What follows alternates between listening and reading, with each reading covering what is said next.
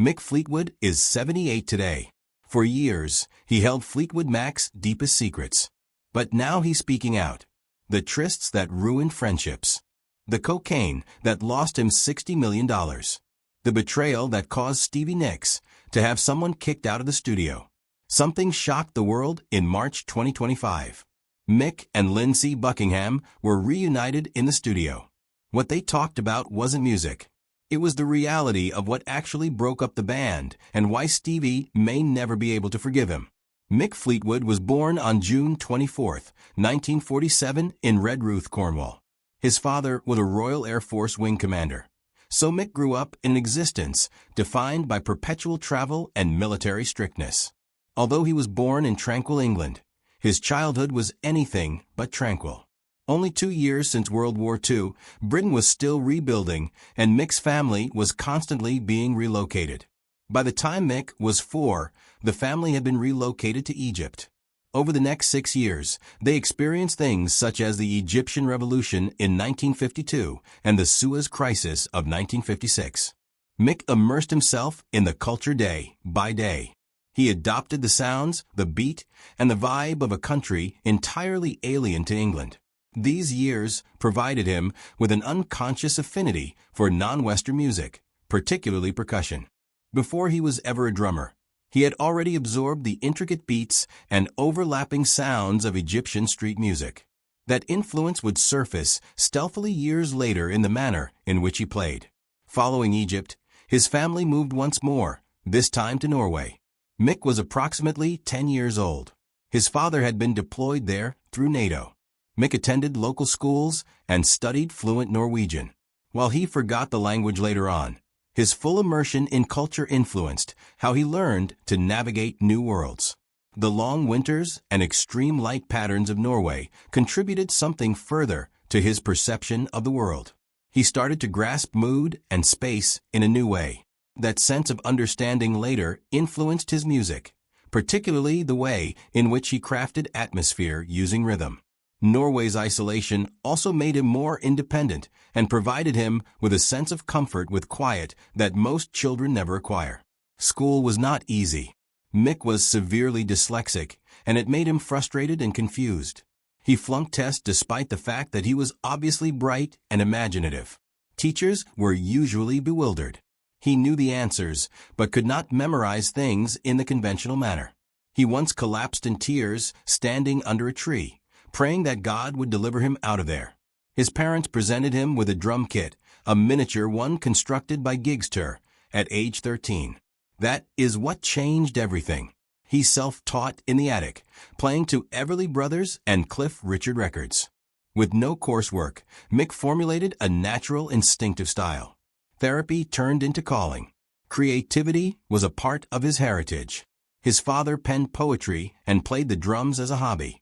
His sister Susan became an actress, and his other sister Sally dabbled in sculpture. Mick was a part of that same creative lineage. At 12 years old, he constructed an imitation nightclub in a barn at the back of their home in Gloucester. He named it Club Keller. He constructed lights, built a stage, and envisioned it with people in it. Years after, he built a genuine venue in Maui known as Fleetwood's on Front Street. And he would credit the thought directly to this barn. That fantasy growing up wasn't make-believe. It was a vision. He already knew that music was a matter of making a world people could step into. Mick quit school at 15. He was failing and depressed. His family, surprisingly, were in favor of the decision. They had faith in him, particularly after watching how he'd become attached to music.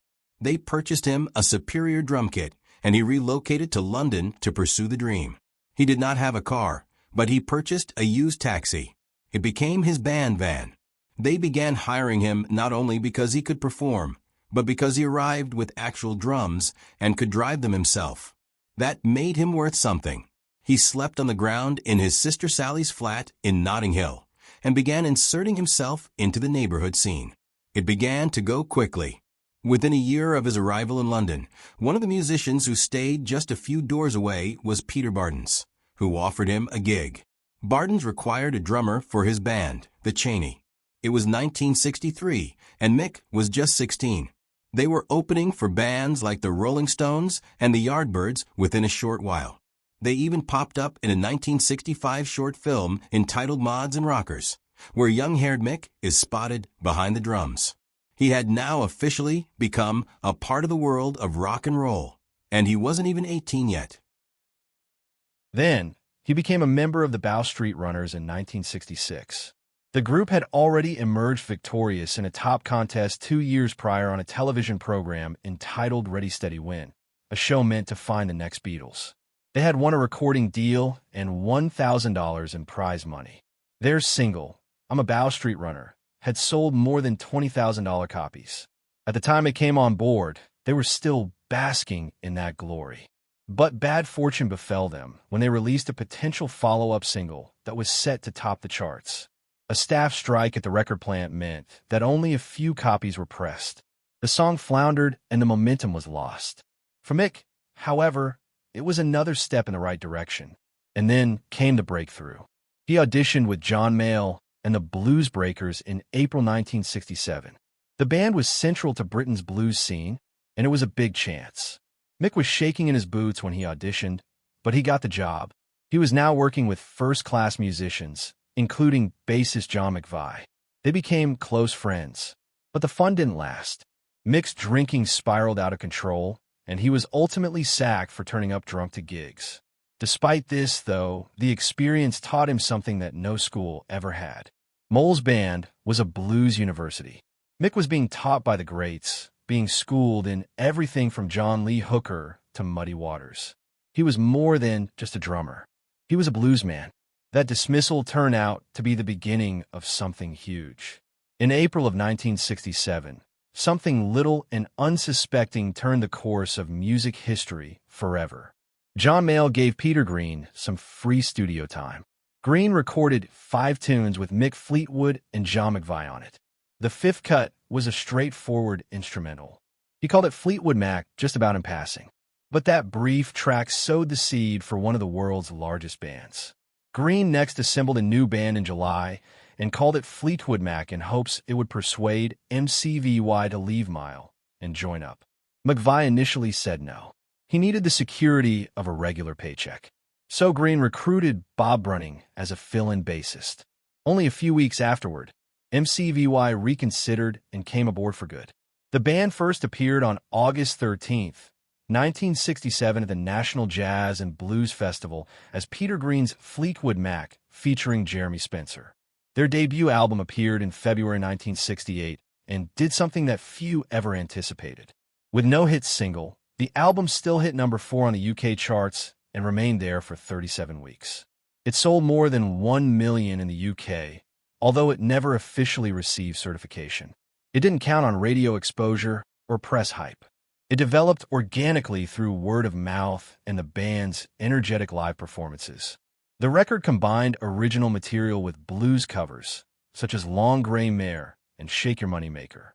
In America, the record didn't amount to much, reaching a best of number 198 on the Billboard chart. Brunning started the initial sessions in September 1967, but by November, McVie had come on board and recorded the album. The low-key success demonstrated that genuine ability could still succeed without ostentatious advertising. At the end of 1968, 2 new faces revolutionized things. Danny Kirwan was the first, aged 18. Green had watched him play in a boiler room with Boiler House. Green was so impressed that he invited them to support. But when the others wouldn't turn pro, Green put an ad for a new guitarist on the board. More than 300 turned up, but none of them were as good as Kirwan. Green just asked him to fill the place of their 3rd guitarist. Then there was Christine Perfect. She had recently topped Melody Maker Reader's poll for Best Female Singer and was still a member of Chicken Shack. She guested on keyboards on the band's 2nd album. Later that year, Fleetwood Mac released Albatross. With Green and Serwin alternating lead guitar, the single became their first number 1 hit throughout Europe. Green went on to say that if it wasn't for Danny, the song would never have succeeded. During August 1968, they issued their 2nd album, Mr. Wonderful. It was recorded live in the studio on real amplifiers and a PA system that provided it with a raw live sound. Christine Perfect also played keyboards despite not being a full member at that point. The album saw a transition away from tight blues with songs such as Stop Messing Around. Interestingly enough, the Beatles did take notice and even entertained signing Fleetwood Mac to their Apple label. Their manager, though, declined the offer. Instead, they signed with Warner Brothers via Reprise Records, where they have remained ever since. This was also the time when their label issues started. They left Blue Horizon and temporarily signed with Immediate Records, which had fiscal issues. It led them to look once more for a solid record contract. September 1969 saw another huge change. Album, then Play On marked their movement into psychedelic rock. It was risky detour from blues, and it paid off. The album peaked at number 4 in the UK, with its title track, Oh Well, at number 2. Danny Sirwin's work equaled Peter Green's, making some new sound. At about the same time, the band traveled to Chicago to record at Chess Records with blues greats such as Willie Dixon, Buddy Guy, and Otis Spann. Blending the blues with psychedelia lent the album a crunch that set them on their way in their new style. Green's Rattlesnake Shake was a standout. The album showed that they were not bogged down in one style and could grow into something much more significant. Then disaster struck. Peter Green attended a party in Munich during the band's tour of Europe in March 1970. It was at a commune that was said to be a cult. Green did LSD there, much more powerful than anything he had ever taken.